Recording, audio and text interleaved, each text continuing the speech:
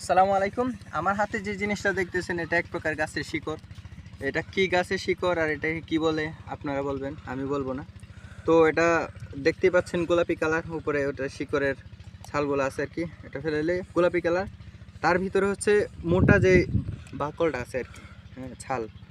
হ্যাঁ, এটা তুললে ভিতরে যে সাদা অংশটা বের হয় আর কি। হ্যাঁ, ওটা হচ্ছে আসলে খাবার উপযুক্ত জিনিস। তো এটা খেয়ে বলছি কেমন লাগে।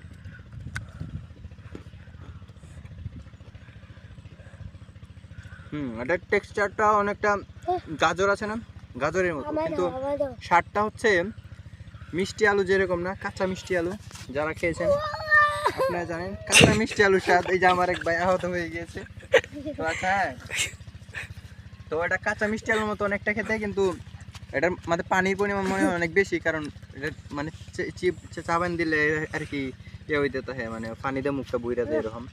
তো আর একটু ফাইবার টাইপের তো অবশ্যই আছে, মানে গাজর যেরকম আর কি ওই রকমই।